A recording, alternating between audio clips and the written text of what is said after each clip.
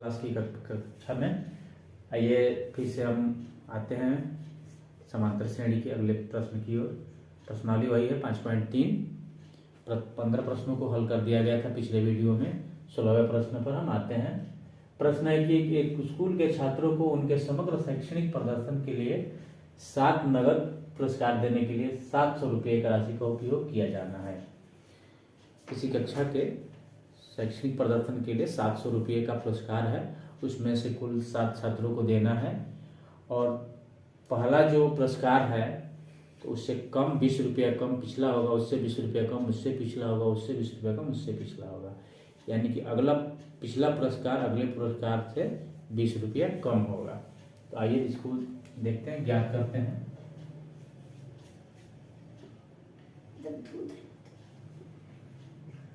माना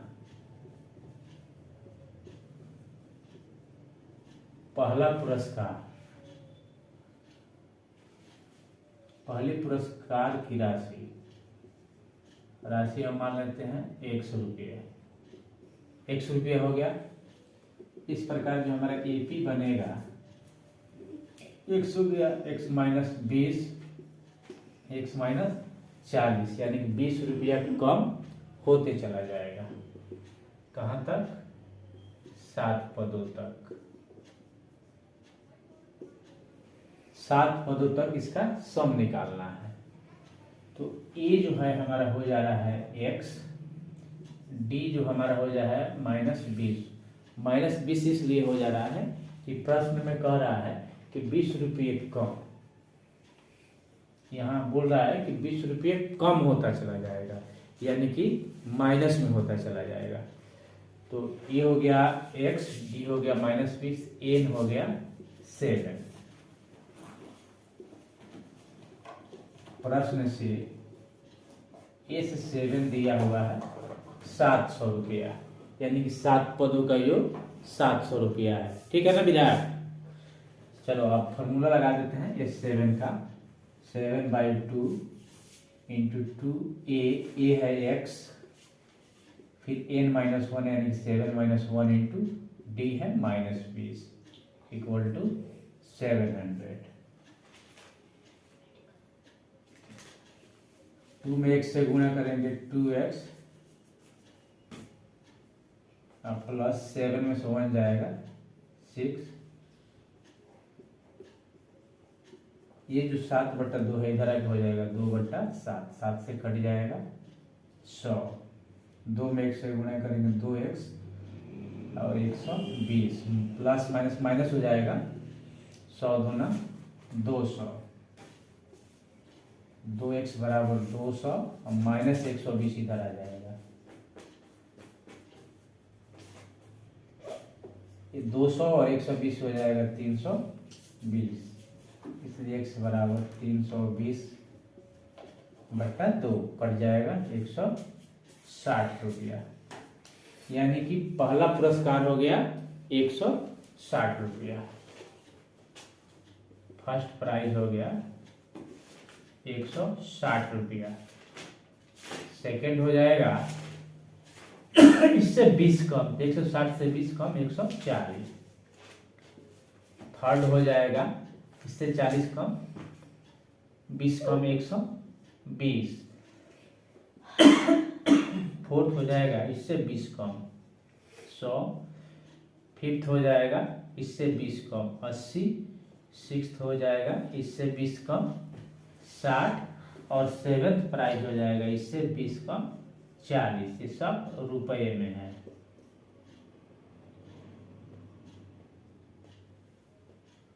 इस प्रकार जो है पहला पुरस्कार 160 रुपया, दूसरा पुरस्कार 140, तीसरा पुरस्कार 120, यानी कि 20-20 कम होते जाएगा। तो इसलिए कुल पुरस्कार हो गया 160 रुपये से लेकर अंतिम पुरस्कार है 40 रुपया तक। अब आते हैं 17वें प्रश्न के। यह है 18 नंबर प्रश्न। एक स्कूल में छात्रों ने वायु प्रदूषण कम करने के बारे में सोचा और सोचा कि स्कूल के अंदर और आसपास हम पेड़ लगाएंगे। तो निर्णय लिया गया कि प्रत्येक वर्ग के प्रत्येक अनुभाग द्वारा उतना ही पेड़ लगाया जाएगा जिसमें वे स्टडी कर रहे हैं।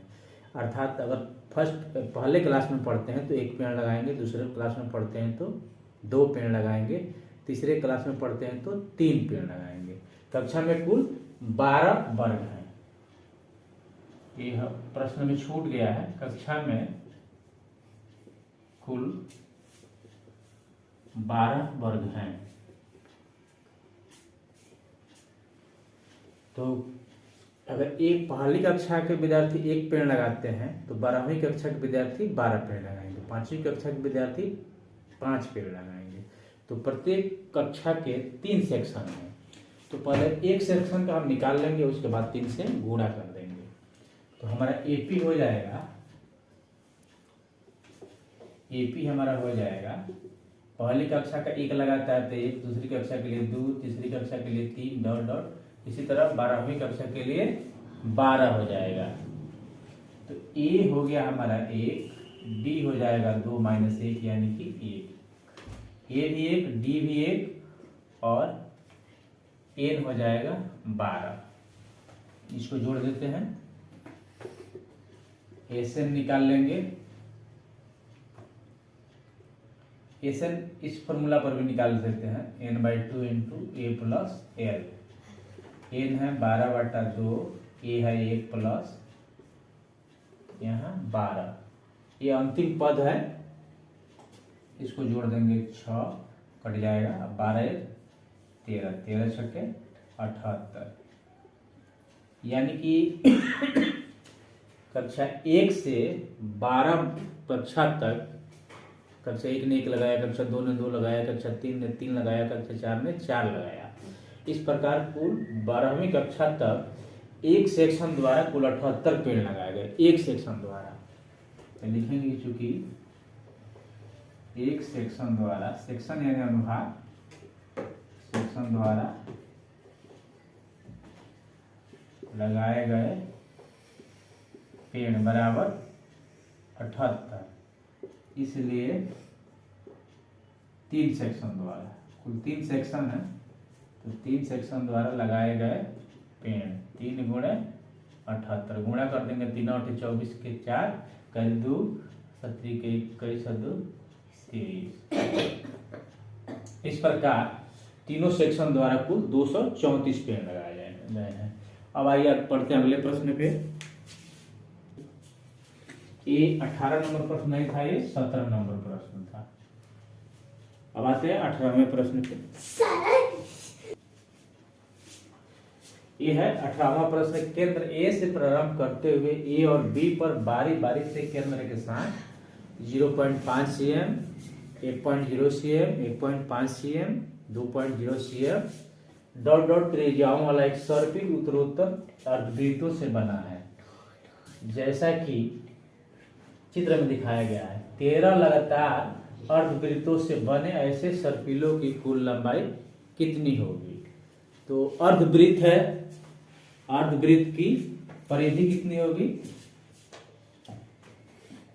ये हो गया AP 0.5 cm, 1.0 cm, 1.5 cm, 2.0 cm, ये आर है। अब हम आते हैं पहले वृत्त की, पहले अर्धवृत्त की परिधि पे।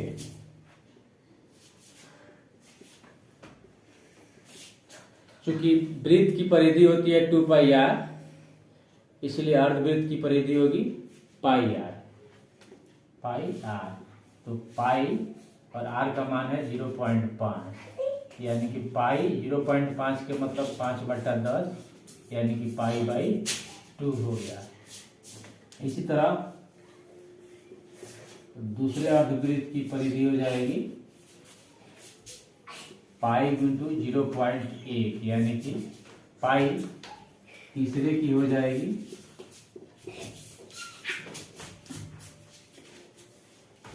जाएगी पाई × 1.5। पाई 1.5 का मतलब हो गया 15/10, कट जाएगा 5 के 15, 5 9 10, 3π/2। चौथे की हो जाएगी पाई इंटू 2.0 यानी कि 2 पाई। इस तरह AP जो हो जाएगा π/2 पाई 3 π/2 2 पाई डॉट डॉट हो जाएगा कुल 13। इसमें ए हो जाएगा π/2, D हो जाएगा पाई माइनस π/2। तो इसको अब हम घटा देंगे तो 2 पाई माइनस π/2 यानी कि ये हो जाएगा π/2।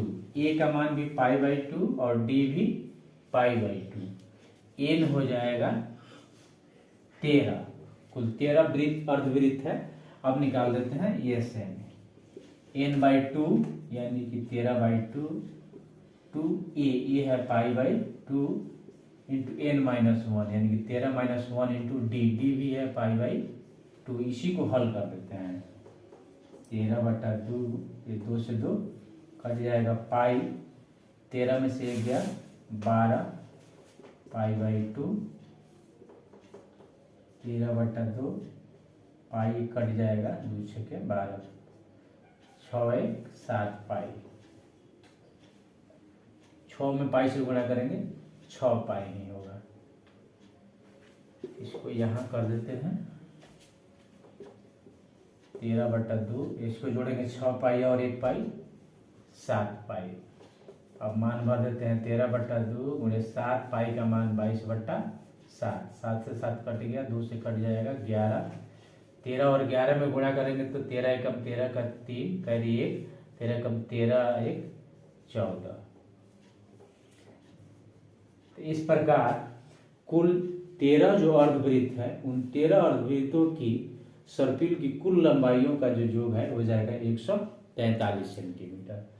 तो आज बस 18 प्रश्न तक ही, बाकी के 2 प्रश्न इस एक्सरसाइज में बच गए हैं तो कल के वीडियो में हम लेके आएंगे। इस वीडियो को अंत तक देखिए और निश्चित ही आप पूरी की पूरी समझ में आ जाएगी आपको ये क्वेश्चन। और ये NCERT की बुक की क्वेश्चन है जो बोर्ड एग्जाम में हमेशा पूछता है।